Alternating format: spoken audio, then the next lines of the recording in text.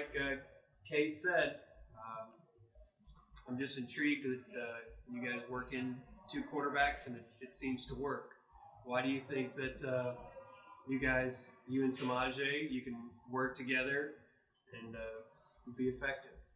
I think it all starts kind of with just our coaches being able to set up the run game stuff well. Our head coach is obviously an offensive line guy, and our offensive line coach, Coach Mario, they're both super knowledgeable about just the run game in general. So they've had a lot of good blocking schemes to help Samaje out. And obviously he's a great athlete and really has some good wiggle and provides a spark that, is something other than kind of Tracy and Tyrese. It's just kind of a mix-up. So I think it keeps defenses on their heels. And, with me just doing occasional run stuff and just doing your basic handoffs like a pro-style quarterback, and then him doing the whole different kind of wildcat type thing, it just makes defenses kind of unsure of what's coming.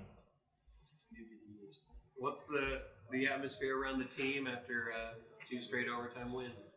I think we're super excited, obviously, about the wins, but I think we've all realized that our fourth quarters, we should have been able to close the games out better going into both of those games with 10-point leads going into the fourth. We need to find a way to finish it in the fourth, and I think our coaches and our players are really trying to find the reason why we're not finishing games the way we should. But obviously, you'd rather be on the winning end of that than the losing end, so that's positive at least.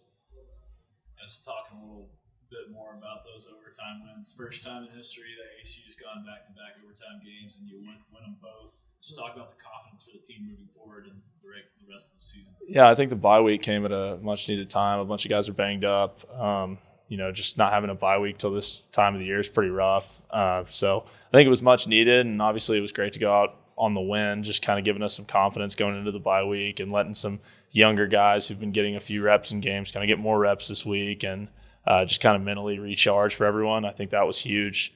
We're just trying to go one game at a time. We can't really think ahead. I think last year we were at a similar point in time as we are right now record-wise, and we kind of started thinking about the future too much instead of just day in and day out focusing on what we needed to focus on. So I think we're going to try to learn from that experience last year and hopefully find a way to, play well to finish this year out.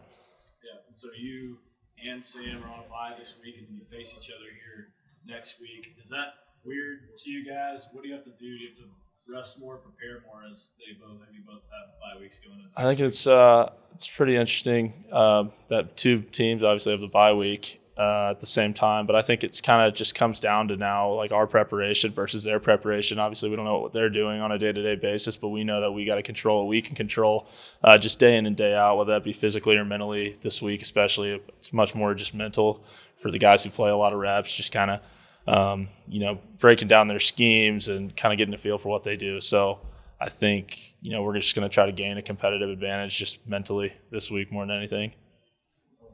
What are you going to be for Halloween?